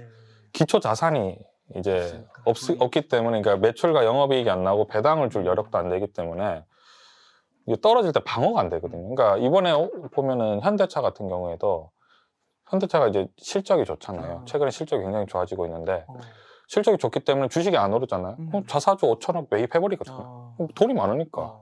왜냐면 아마 현대차가 지금 시가총액이 한 45조 정도 될 거예요. 근데 1년에 버는 돈이 한 7조? 그러면은 6년? 6, 7에 46년만 벌어도 자기 회사를 살 수 있는 거잖아요. 그러니까 자사주 사야겠네요, 진짜. 그러니까 우리가 내가 봤을 때, 그러니까 경영진에서 생각하겠죠. 전기차도, 그러니까 내연기관은 지금 비록 독일의 어떤 브랜드나 이런 거를 봐서 좀 뒤지는 편이 있겠지만, 자, 전기차는 다르다. 수차단은 우리가 해볼 만하다. 이렇게 우리가 좀 으쌰으쌰 할 수 있잖아요. 그러면서 수익도 잘 나니까 우리 회사 어차피 주식 올라갈 건데 삽시다. 이렇게 주주총회에서 삽시다. 이렇게 하면은 이제, 그러니까 제가 말씀드리고 싶은 건 돈을 잘 버는 회사는 뭘 해도 좋은 거죠. 뭘 해도 좋은데 돈을 안 버는 회사도 이제 좋긴 한데 올라갈 때 이제 기대심이 있을 때 좋은데 떨어질 때는 이제 조금 문제가 생기는. 그러니까 그 돈을 잘 벌지 못하는 그런 것들은 아무래도 좀 투자 포트 비중을 줄일 필요가 좀 있는 거죠. 그럼요. 이번에 최근 같은 경우에는 이제 메타버스 같이 메타버스. 게임주라든지 그 다음에 엔터, 그 다음에 어떤 3D 기술이라든지 이런 것들을, 그런 기술 같은 경우에, 디지털 기술 같은 경우에, 너무 좋다 생각합니다. 너무 좋다 생각하는데, 기초 자산이 좀 부실해. 아직, 엔터나, 하이브나 JYP나 SM이나, 그죠? 많은 이제 게임 회사들이 있잖아요. 그런 이제, 기초 자산이 좀 부족하면은, 또 이것도 이제 결정을 하셔야 돼, 스스로.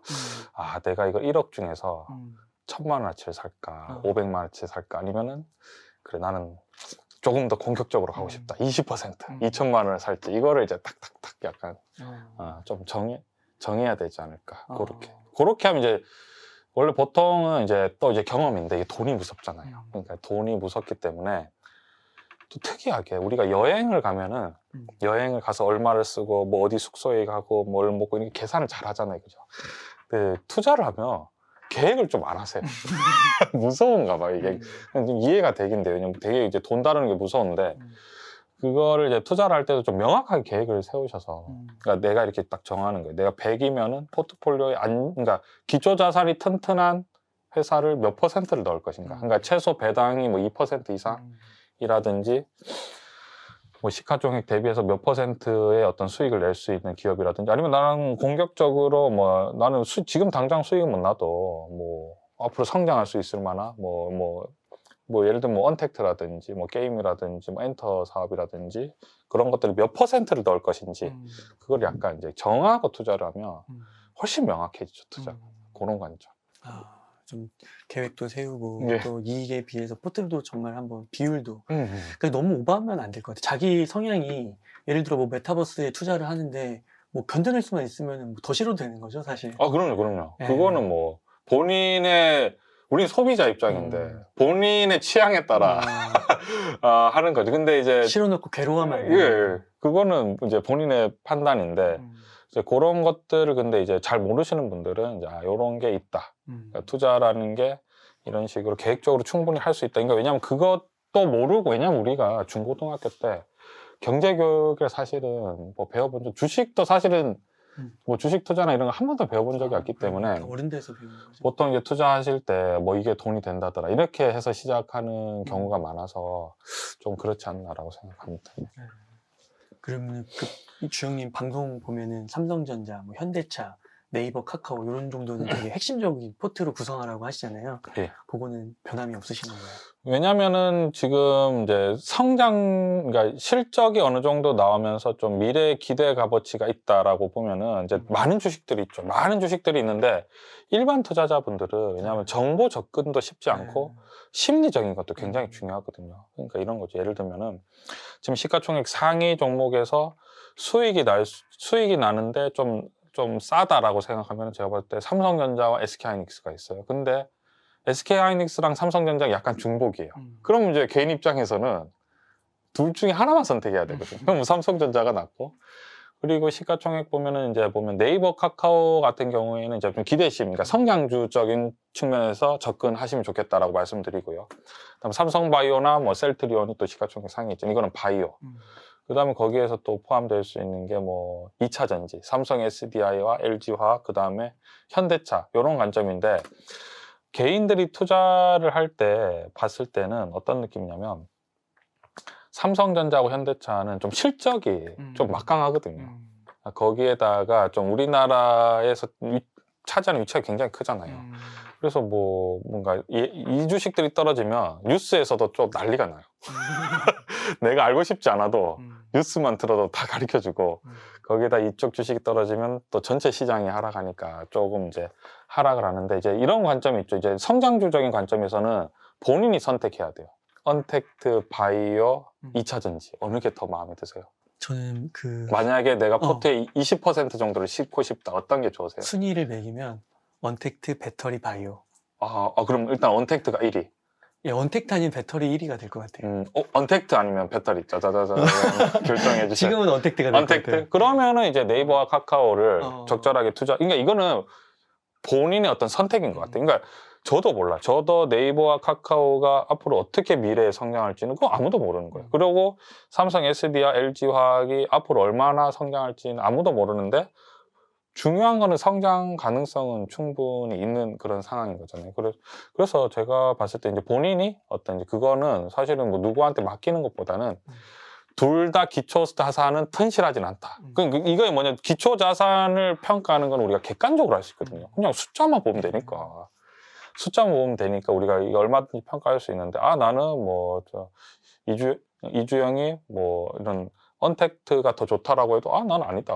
나는 2차 전지가 더 마음에 든다.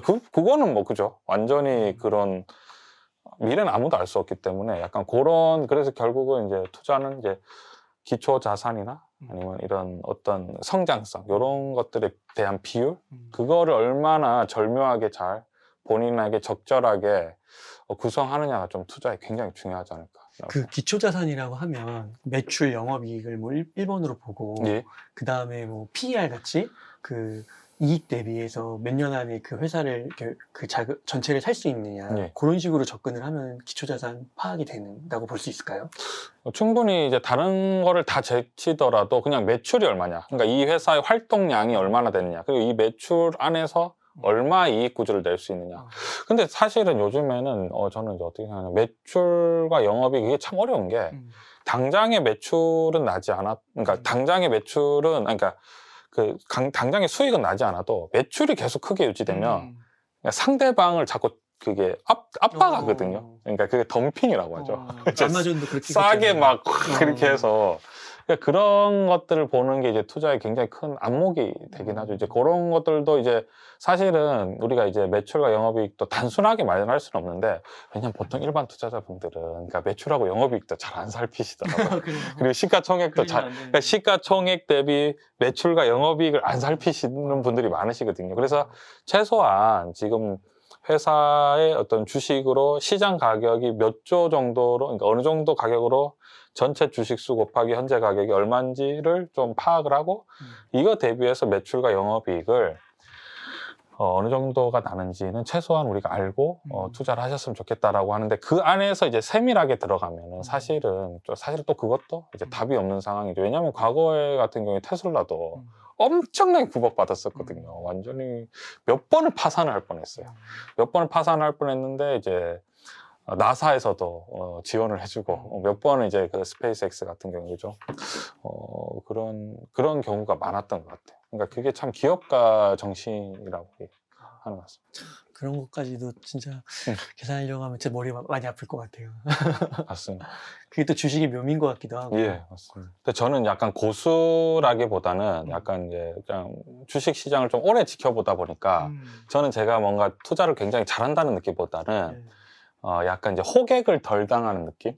그러니까 왜 시장에 보면은 가짜 정보가 있고 진짜 정보가 있는데 제가 이제 저도 과거에는 가짜 정보에 굉장히 마음이 흔들렸었거든요. 근데 이제 경험을 계속 하다 보니까 저거는 좀 가짜인 것 같기도 하다. 약간 그런 느낌이 있는 것 같아요. 그래서 저는 어떤 투자를 잘한다 이런 느낌보다는 좀 가짜와 진짜를 약간 이제 구별할 수 있으면은 이제 약간 그것만 있어도 약간 주식 투자가 훨씬 좀 쉬워지는 느낌? 약간 그런 것 같습니다. 뭐 정보의 출처 같은 거를 말씀하시는 거예요? 정보 같은 경우에도 사실은 우리가 사실은 투자를 한 지 얼마 안 되면은 사실 우리가 그 경제라든지 주식에는 우리가 사실은 그러니까 나와는 비교할 수 없는 굉장히 전문가들이 많잖아요. 그러니까 과거에는 그런 전문가들 의견에 굉장히 좀 이제 뭐랄까 마음이 약간 좀 흔들렸었거든요. 그러니까 나는 주식을 가지고 싶은데도 불구하고 전문가들이 뭔가 좀 시장을 안 좋게 얘기하면은 좀 이제 좀 걱정이 되고 그랬었는데 이제 지나고 나면서 이제 느끼는 점은 전문가들을 투자를 그러니까 훨씬 분석을 잘 하시죠. 잘 하시지만 분석하는 거와 미래는 상관이 없다. 약간 그런 느낌이 있는 것 같아요. 그러니까 결국은 분석을 하셔도 이게 맞을 확률은 반반이더라고요. 근데 반반이 확률이 높은 것 같은데 생각해보면 주식이라는 게 오르는 거 아니면 떨어지는 것밖에 없잖아요. 그래서 지나고 나면 이제 어떤 마음이 흔들리기보다는 저런 의견이 있을 수도 있구나. 근데 분석을 할 때 이제 어떤 의견과 객관적인 사실을 조금 더 좀 다르게 보는 것 같아요. 예를 들면은 어떤 이제 의견 같은 경우에는 사실은 미래를 긍정적으로 보는지 부정적으로 보는지는 얼마든지 이제 주관적인 의견이 될 수 있는데 예를 들면 숫자? 그러니까 사실은 기업의 진짜 실적이라고 하죠. 매출과 영업이익을 숫자로 만들어서 우리가 흔히 말하는 회계, 재무제표에다가 기입하는 거는 정말 어렵거든요. 그러니까 어떤 회사가 잘 될 거야 라고 생각하는 것과 정말 이렇게 돈을 벌었네?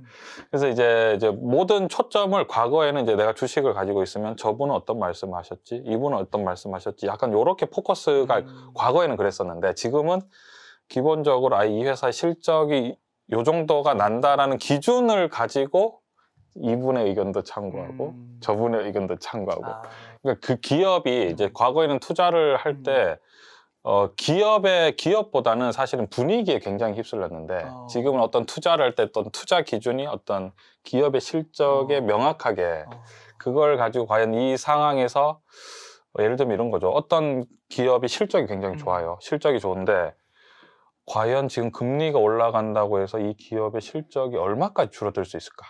이렇게 좀 더 냉정하게 지금 이 정도의 예를 들면 이런 거죠. 금리가 올라간다고 해서 실제로 어떤 스마트폰이라든지 아니면 반도체의 어떤 물량은 얼마나 줄어들 수 있을까? 아니면은 자동차의 판매량은 얼마나 감소할 수 있을까? 뭐 그런 거에 조금 더 이제 집중을 하다 보면 오히려 그 뭔가 이제 과거에는 그렇지 않았던 예를 들어 과거에는 전문가 분들이 이제 힘들다라고 할 때 겁을 먹었었는데 지금은 오히려 이때 좀 더 사야 되는 거 아닌가? 약간 그런 느낌? 그게 이제 조금 그런 게 이제 우리가 흔히, 왜냐면 고수라고 하면 좀 이제 뭐랄까, 조금 이제 약간 명확하지 않으니까. 그런 게 제가 봤을 때는 이제 다른 분들하고 어떤 차이점이라고 하면 이제 주식 시장에 오래 있다가 너무 많이 속은 거예요. 많은 사람들한테. 아니, 저를 속인 건 아닌데 이제 제가 속은 거죠, 스스로. 이게 저의 욕심 때문에. 그러니까 이분은 그냥 의견을 말했을 뿐인데 그게 우리가 절대적이진 않은데 약간 그거에 과거에는 좀 많이 휘둘렸지 않나라고 생각합니다. 아, 그러면은 이제 또 이제 그 슈퍼게임 이주영 유튜브 채널 예. 보면은 이제 삼성전자를 좀 많이 말씀하시잖아요. 아, 예. 그러면은 그런 측면에서 봤을 때, 숫자상으로 봤을 때, 예. 그 삼성전자 주식이 사실 올 초부터 그 흐름은 예. 뭐 요즘은 좀 그래도 반등이 일어나는 것 같은데 막 엄청 좋다 이렇게 말하기는 좀 어려울 수 있잖아요. 아, 그렇죠. 아, 그렇게 말할 수 있을까요? 예. 그러면은 그 아까 말씀하신 대로 그 숫자로 봤을 때는 예. 어떻게 보세요? 근데 삼성전자 같은 경우에는 사실은 숫자만으로, 그러니까 예를 들어서 기업, 그러니까 주가의 추이는 사실은 올 초부터 해서 좀 주식이 좀 하락을 했죠. 근데 이제 중요한 거는 3분기의 실적이 매출과 영업이익이 굉장히 높았었거든요. 예를 들어서 매출 같은 경우에 삼성전자가 한 73조? 3분기에? 한 분기만에? 그리고 영업이익이 거의 17조가 났으니까, 그러니까 거의 사상 최대라고 했는데, 오히려 3분기에 영업이익이 최대라고 했는데도 불구하고 주식이 이제 하락을 했기 때문에. 근데 이게 크게 상승을 해서 하락을 하면 뭐 반영이 됐다 이렇게 생각할 수 있는데 그 전부터 계속 이제 안 오르다가 더 하락을 해버리니까 오히려 거기에다가 이제 우리가 예를 들어 3분기가 사상 최대 실적인데 과연 4분기가 실적이 좋을까 안 좋을까 이렇게 생각하면 대다수가 지금 좋다라고 생각하거든요. 왜냐하면 지금 반도체도 계속 모자라고 있고 거기다 스마트폰도 계속 이제 폴더블 폰 같은 경우에는 그래도 굉장히 우리나라 회사지만 자랑스러운 게 구글도 폴더블 만드는 걸 못 만든다고 포기한다고. 삼성전자 어떻게 만들었지 약간 이렇게 한다 하더라고요. 그래서 계속 실적이 나빠 보이진 않기 때문에 뭐 지금 가격이 그러니까 사실은 빨리 주식이 오르면 기분은 좋은데 지금 가격이 떨어진다고 해서 뭐 너무 걱정은 또 약간 안 드는 것 같아요. 약간 그런 식으로 이제 어떤 실적, 삼성전자의 실적이나 이런 어떤 비즈니스 구조를 봤을 때 이게 과연 뭐 금리가 올라간다고 해서 반도체량이 얼마나 줄 거지라든지 아니면 스마트폰이 금리가 실제로 진짜 올라가면 과연 안 팔릴까 이렇게 생각해보면 저만 해도 금리가 올라간다고 내가 바꿔야 될 스마트폰을 안 바꿀 건 아니고 약간 그런 생각이 약간 있는. 물론 뭐 더 여유가 있으면 더 좋게 바꿀 수 있겠지만 금리 인상 이제 시기가 오잖아요. 그럼 만약에 금리 인상이라고 하면 보통 많은 전문가분들이 은행주 많이 얘기하시더라고요. 증권, 뭐 금융 이런 쪽. 근데 만약에 삼성전자와 은행주 이렇게 두 개를 비교한다면 금리 인상 시기에는 어떤 개를 만약에 선택하시겠어요? 개인마다 다르겠지만. 근데 그 둘 중에만 만약에 선택이라고 하면 저는 고민도 안 하고 삼성전자로. 아, 그러세요? 예. 왜냐하면 금리가 올라간다는 거는 이자를 더 받다는 거잖아요. 근데 그게 은행한테는 좋은 게 아니에요. 왜냐하면 이자를 돈을 빌린 사람들이 이자를 더 많이 내야 되잖아요. 그럼 그게 은행한테 과연 좋은 것인가? 왜냐면 이자를 못 갚으면 어떡해요? 그렇죠. 계속 연쇄로 무너질 수도 있는 거고. 이자를 못 갚으면 원금까지 떼이거든요. 그러니까 이게 오히려 디폴트 가능성이 이번에 왜 실제로 한국은행에서 우리 은행에서 지금 금리를 올렸잖아요. 2%까지. 그럼 다들 당연히 은행주가 올라갈 거라고 생각하는데 은행주가 떨어져 버리거든요. 이게 어떤 분들은 이제 미리 반영이 돼서 떨어질 수도 있다라고 말씀하시는데 제가 봤을 때는 우리나라 지금 상황 같은 경우에는 사실은 부동산 가격이 좀 많이 상승했다라고 많이 말씀하시잖아요. 그러니까 부동산 가격이 상승했다는 거는 굉장히 사실은 치명적일 수가 있어요. 왜냐하면 치명적이라는 게 뭐냐면 부동산 가격은 한마디로 이제 생산성이 없거든요. 그러니까 생산성이 없어요. 그러니까 부동산 가격이 올라간다는 거는 우리 내수 안에서 이제 안에 통화량이 많기 때문에 어떤 이제 구매력이 올라가는 거잖아요. 구매력이 올라가는 이유는 뭐냐면 저금리이기 때문에 돈을 빌리기가 쉽잖아요. 돈을 융통하기가 쉽고 그리고 너무 저금리다 보니까 은행에 있으니까 돈이 안 되니까 이 돈을 뭐 주식이나 부동산으로 투자를 하는 게 낫겠다 해서 돈이 이렇게 들어온 거잖아요. 근데 만약에 금리가 딱 올라가는 순간부터, 그러니까 상가 같은 경우에는 그래도 임대 수익이 나는데 뭐 어떤 전체적인 어떤 부동산 가격이 굉장히 좀 힘들어질 수가 있거든요. 그러면은 이제 은행 같은 경우는 오히려 위험이 높아진다라고 생각할 수 있는 거죠. 그래서 그런 면도. 금리가 올라가면은 과연 은행이 좋을까라고 생각할 때는 은행 같은 경우는 오히려 박리담에 그냥 싸게 많이 빌려주는 게 낫지. 이제 금리가 올라가면은 돈을 빌리고 싶은 사람도 못 빌릴 가능성이 크기 때문에. 그것도 되게 신기하더라고요. 그 저금리 때도 은행 그 금리가 내려가면 은행 실적도 내려갈 거다 이렇게 생각을 하더라고요. 근데 실제로는 사상 최대 영업이익 막 달성하고, 그것도 참 진짜. 왜냐면 금리가 싸면은 돈을 그러니까 빌리기가 쉽고, 돈을 빌려서 이제 좀 어느 정도 여유가 있으신 분들은 돈을 빌려서 어떤 자산을 샀는데 올라요. 오르네? 이렇게 하고 또 빌려서 또 사고 또 빌려서 또 사고 이렇게 하지만은, 이게 우리가 유동성 장세라고 하는데 이제 또 이제 금리가 올라가면 또 막상 쉽지가 않다라고 생각합니다. 저는 사실은 이제 화폐라는 거를 하나의 체제를 이 자본주의 체제를 유지하는 하나의 수단으로만 생각을 하거든요. 그러면 그 금리의 어떤 한계점이라는 걸 저는 생각하거든요. 그러니까 임금의 한계점이라는 걸 늘 생각하는데, 저는 임금의 한계점이 최소 방어할 수 있는 한계점이 이 정도 수준까지는 도저히 오를 수 없다라고 생각하는 건 어떤 거냐면, 우리가 국가가 유지가 돼야 되잖아요. 그러니까 화폐 신용이 강력하기 위해서는 국가가 강력하게 유지가 돼야 되잖아요. 실수령액이 한 350? 뭐 한 그 정도 되지 않을까요? 그러니까 이제 한 사람이 벌 수 있는 게 뭐 350, 400 요 정도로 봤을 때, 뭐 200에서 400으로 쫙 남겨도 뭐 고위직을 빼더라도, 그러니까 그거를 너무 이 임금의 가치를 송산시키면 저는 이제 국가가 한계에 치닫는다고 생각하거든요. 저는 딱 그렇게 생각을 해요.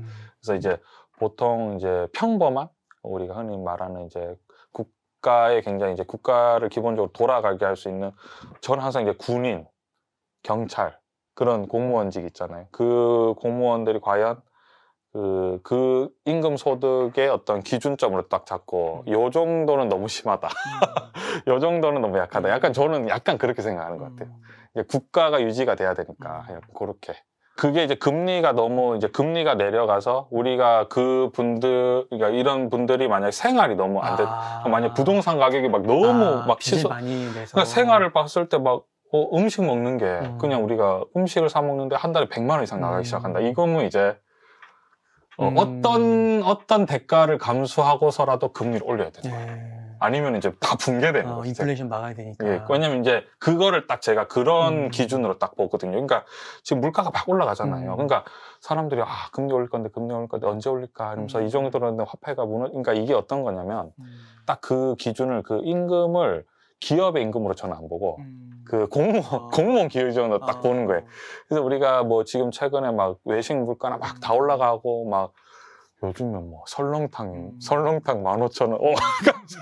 옛날에는 10,000원이면 되게 좋은 거 사 먹었던 것 같던데, 옛날도 아니죠. 뭐 한 3, 4년만 해도 지금 뭐 15,000원 막 이렇게 하니까, 그러니까 뭐 음식이라든지 뭐 모든 이제 생활이 만약에 이 임금을 받는 이제 평균 공무원들이 도저히 생활할 수가 없을 정도다. 이러면은 이제 신용 경색이 중요한 게 아닌 거죠, 이제. 금리를 올려야지만 이 국가 체제가 유지가 된다. 그게 이제 딱 어디냐면 제가 볼 때 미국도. 근데 미국은 이제 조금 이제 다른 게, 조금 더 자신감이 있는 게, 미국은 퇴직연금이라고 하죠. 연금을 의무적으로 주식에 투자를 많이 하더라고요. 그런 게 또 장점이 되더라고요. 그래서 저렇게 어떤 이제 실질적으로 인플레이션이 좀 심해도 주식이 올라가면 그게 약간 위로가 되는 좀 그죠. 약간 그렇게 뭔가 이제 내 실질 임금은 좀 줄어들지만 내가 넣은 연금은 이제 값어치가 올라가는 약간 그런 느낌 있잖아요. 그런 관점에서 우리나라도 조금 이제 생산성을 좀 더 끌어올리는 방향? 그쪽으로 가야 좀 더 효과적이지 않을까. 요런 식으로 좀 그런 식으로 생각하고 있습니다. 그러니까 지금 주영님 말씀 딱 들으면서 드는 생각이, 금리 인상, 금융주 딱 이렇게 뭔가 공식처럼 뭔가 그렇게 생각하기보다는 조금 더 이렇게 폭넓은 관점으로 종합적으로 생각하는 그런 사유 방식. 금리가 인상되면은 은행이 자산이 지금 예를 들어서 신한지주로 기준을 잡았을 때 제가 그냥 지금 정확하게는 아닌데 그냥 말씀드리면 아마 신한지주가 자기 자본이 아마 40조에서 50조일 거예요. 근데 아마 총 자산이 650조가 넘는 걸로 알고 있거든요. 그럼 650조를 빌려줄 건데 거기서 5%만 돈을 못 갚아도 거의 자기 자본 잠시까지도 올 수도 있는 상황이기 때문에 그러니까 이제 금리를 더 올리기가 아마 무서울 수도 있을 것 같아요. 돈을 너무 많이 빌려줬는데 이거 회수도 못하고 약간 어떻게 되는 거야 약간. 그러면 또 이제 예. 은행이 잘 계산해야겠네요. 그래서 은행이 사실 금리가 올라가면 위험도 같이 커지는 예, 전혀 기쁘지만은 않은. 그러니까 이런 것들을 그 역사가 이렇게 큰 한 텀이 있다고 하잖아요. 참 이런 거 금리 하락을 지금 저금리를 경험해 봤다면 금리 인상 시기에 또 어느 정도가 한계일지 은행들이 어떻게 할지 뭐 이런 것도 한번 생각해 보면서 계속 팔로잉 공부하면 굉장히 도움이 많이 될 것 같아요. 아무래도 좀 과거에는 저도 이제 주식 투자하면은 보통 개별 종목들만 좀 많이 생각했었는데 주식 투자를 늘 하다 보면은 항상 뭐 미국 주식이라든지 연준, 뭐 금리라든지 뭐 환율, 유가 이런 게 영향이 너무 많이 받더라고요. 그래서 나중에 결국 들은 생각이 어떤 거냐면 모든 게 어떤 기업도 결국 이윤 추구잖아요. 돈을 벌기 위해서 하는 거고 주식 투자도 결국은 돈을 벌기 위해서 하는 건데 그러면 돈은 뭔가? 그러니까 돈이 움직이면 모든 게 같이 움직이는구나. 약간 그런 것들을 점점 제가 좀 깨달은 것 같아요. 그래서 화폐 본질? 약간 그래서 아까 전에 말씀드린 어떤 공무원의 그 소득 수준으로 모든 이제 왜냐면 그게 흔들리면은 국가가 흔들리니까 저게 흔들릴 정도면 이제 모든 그것들을 감수하고라도 금리를 올릴 수밖에 없거든요. 그러니까 그런 것도 그렇게 생각을 하고 이런 관점인 것 같아요. 그러니까 지금 이제 그 너무 거품론이 있으니까 또 뭐 인플레이션도 있고 이런 이슈 때문에 금리 인상도 있지만 그 거품론이 좀 있어서 금리 인상을 해야 된다 뭐 이런 얘기들도 있잖아요. 네. 혹시 그러면 지금까지는 이제 좀 모아가야 할 주식 대표적으로 삼성전자를 좀 이야기했다면 좀 정리해야 될 주식 이런 것도 좀 있을까요? 정리해야 될 주식이요? 포트에서 조금씩은 뭐 비중을 더 줄여야 된다거나 그런 것들 이런 시기에 주식이 투자 이것도 또 개별 상황에 따라 다른 건데 투자와 투기를 구별하는 게 정말 어렵거든요. 예를 들면은 이런 거 똑같은 1,000만 원을 투자해도 어떤 사람이 1억이 있어요. 1억 있는데 내가 1,000만 원만 수익은 없지만 미래를 위해 투자를 이 회사는 이 회사가 마음에 든다. 나는 뭐 1억 중에서 한 10%는 과감하게 투자하겠다. 뭐 했을 때는 명확하게 투자하거든요. 그렇죠. 그냥 위험을 계산한 거예요. 그렇구나. 근데 1,000만 원만 갖고 있으신 분이 그거를 몽땅 공격적으로 투자하면 무조건 투기가 되는 그런 관점이기 때문에 사실은 투자와 투기를 구분하는 관점이고 미래, 그러니까 기업에 대해서만 얘기를 하면 기업의 성장성이라는 거는 사실 누구도 예단할 수 있는 상황이 아니기 때문에 어떤 그런 느낌? 약간 그런 것 같아요. 그리고 그 방송 중에 그 삼성전자가 좀 지지부진하고 다른 주식이 날아가도 뭐 나중에 가서는 똑같아진다 약간 뭐 그런 비슷한 맥락을 얘기하셨는데 그게 무슨 뜻인지 좀 궁금하더라고요. 그게 보통은 사실은 우리가 투자를 하면 좀 빨리 올라가는 주식을 투자를 잘하면은 큰 돈을 벌 수 있다라고 생각하잖아요. 근데 그게 실제로 돈을 투자해 보면 그러니까 이게 1, 2천만 원일 때는 그게 가능할 것 같아요. 그러니까 과감히 샀다가 과감한 팔고 이게 1, 2천만 원일 때는 그게 돼요. 왜냐면 1, 2천만 원일 때는 손해 봐봐야 100만 원, 200만 원인데 그냥 내가 또 저 돈을 잃은 돈은 빨리 손절하고 뭐 덜 먹고 덜 입어서 빨리 모으면 되겠다 이렇게 하는데 그 과감하게 투자하는 게 한 1억, 2억 이렇게 되면은 그거 막 샀다 팔았다 이렇게 하기가 너무 힘든 상황이거든요. 그러면은 이제 예를 들면 주식이라는 게 떨어지면은 또 천천히 올라갈 거고 올라가면은 또 떨어지잖아요. 그러니까 이게 결국은 장기 포지션으로 봤을 때 떨어지면은 또 어느 정도 이제 조금만 올라가도 꾸준히 사모으는 사람과 막 이렇게 사고 팔고 이렇게 하고 아니면은 급등하는 주식을 산다고 해도 그걸 사실은 고점에서 팔기가 정말 만만하죠. 그러니까 나중에 지나고 나면 그냥 뭐랄까 마음 편하게 멘탈이 강하게 꾸준히 사모은 사람들이 오히려 수익이 더 높아요. 왜냐하면 일단은 수수료도 안 나가고. 웅달님께서도 이번에 경험해 보셨겠지만 어때요? 주식 사모으는 게 어때요? 좀 재미가 있지 않나요? 그러게. 아니, 저는 예. 사실, 그 주영님 방송 들으면서 예. 멘탈 많이 잡았어요. 예. 그래서 솔직히 조금 고백을 하면 꽤 많이 모았거든요. 예. 그래가지고 요즘에 좀, 저는 플러스입니다. 예.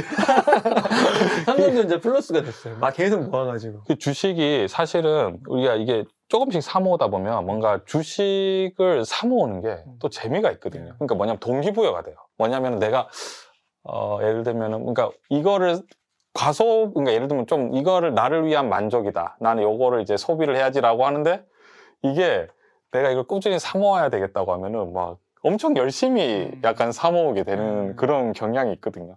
그래서 오히려 나중에 되면 이런 동기부여라든지 뭐 이런 거를 봤을 때 이게 또 주식을 사모으는 관점이면은 막 주식을 이렇게 사고 파는 거에 신경 쓰기보다는 자기 생활을 열심히 하잖아.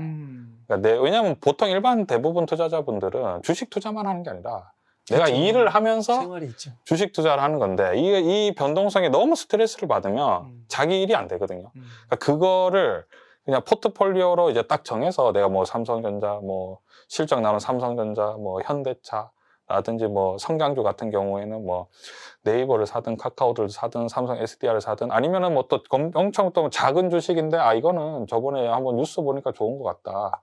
5% 정도 넣어두겠다. 이렇게 하면서 딱 이제 포트폴리오를 짜서 자기 생활하면서 막 주식을 사모으면 또 생각보다 이게 요즘에 뭐 그죠? 요즘 막 유행하는 게 많잖아요. 예를 들면 뭐 골프도 유행하고 뭐 이런데 소비를 하잖아요. 근데 그 소비할 거를 주식을 막 그냥 약간 사모아 버리고 약간 그렇게 되면은 나중에 되면 훨씬 더 이제 떨어질 때는 모르겠지만 약간만 반등하면 이제 방금 웅달님께서도 조금만 반등해도 금방 이제 플러스가 맞아요. 나듯이 약간 그런 느낌이지 않을까. 배당도 쏠쏠하고. 맞습니다. 네, 배당 들어오면 너무 재밌어요. 그래서 일반 투자자분들이 제가 삼성전자를 말씀을 많이 드리는 거는 삼성전자가 너무 좋다 이런 관점이 아니라 삼성전자가 최고다 이런 관점이 아니라 일반 투자자들이 좀 마음 편안하게 뭔가 주식을 어떤 재테크적인 관점에서 봤을 때 삼성전자다 이게 아니라 그래도 이게 그냥 최선이다. 여러 개를 종합적으로 생활까지 다 봤을 때. 모든 상황을 고려했을 때 내가 이제 주식 투자 오래 경험을 하면서 이제 봤을 때 그냥 일반 투자자분들이 내가 재테크를 하긴 해야 되잖아요. 지금 워낙에 저금리 상황이고 그렇죠. 인플레이션이 올라가는 이 상황인데 이 상황에서 내가 내 생활을 열심히 하면서 어떤 주식을 모아가고 싶다라고 했을 때 많은 주식들이 있지만 그러니까 삼성전자를 제가 좋아하는 게 아니라 막 이게 너무 좋고 너무 성장성이 있다 이게 아니라 그래도 이게 우리가 할 수 있는 최선의 대안이다. 그냥 최선인 거죠. 베스트가 아니라 그냥 배럴된. 그러니까 요거보다는 약간 이런 느낌? 아니 근데 저는 물론 이제 미래에 뭐 삼성전자가 뭐 TSMC와의 경쟁에서 꺾일 수도 있고 이건 아무도 모르는데 그렇죠. 저는 미래가 좀 기대가 되는데 지금 현재 시점에서는 배당이 성장되더라고요. 예. 그러니까 기업의 이익이 늘면서 배당을 더 많이 해주더라고요. 연도가 변하니까. 그러니까 지난번에는 특별 배당 해서 이제 2,000원 넘게 줬고, 이번에도 거의 2,000원 준하게 줄 것 같다고 하더라고요. 너무, 2,000원 좀 너무 좋은데. 그러니까 2,000원 좀 진짜 1년 대박이다. 합쳐서. 예. 근데 이게 5년 후, 10년 후에 가면 진짜 이게 뭐 2,000원이 5,000원이 될 수도 있는 거고. 그러면은 너무 좋은 것 같은 거예요. 주가는 뭐 주가대로 오를 거고, 배당은 더 계속 늘어날 거니까. 그러니까 이거 뭔가 함께 계속 이게 뭔가 이렇게 발전한다는 그게 너무 좋은 것 같아요. 그리고 사실은 우리나라 친구들이 일을 굉장히 열심히 해요. 그러니까 한마디로 삼성전자나 뭐 현대차나 LG는 대기업 다니는 친구들 한마디로 표현하면 갈아서 넣는다. 그러니까 정말 일도 열심히 하고 그렇기 때문에 좀 인력적인 측면에서도 사실은 우리 이제 경쟁자라고 하면은 그죠 미국이 있고 일본이 있고 대만이 있잖아요. 근데 우리나라 인력이 결코 절대 밀리지 않는다고 생각해요. 저는 친구들이나 이렇게 우리 뭐 형 동생들을 봤을 때는 절대 밀리지 않는다라고 생각하기 때문에 일단 미래를 긍정적으로 보고 그 다음에 삼성전자만큼 삼성전자 이번에도 엄청나게 설비 투자를 하잖아요. 그러니까 물론 미국은 굉장히 이제 그런 디자인이라든지 회로도 칩 같은 걸 엄청 이제 설계를 잘하지만 제조가 안 되죠. 그냥 그러니까 저는 생산 설비를 저렇게 그러니까 따라오기가 쉽지는 않거든요. 또 일도 엄청 열심히 해야 되고, 약간 되게 설비 제조 같은 경우에 기본적으로 근면성실.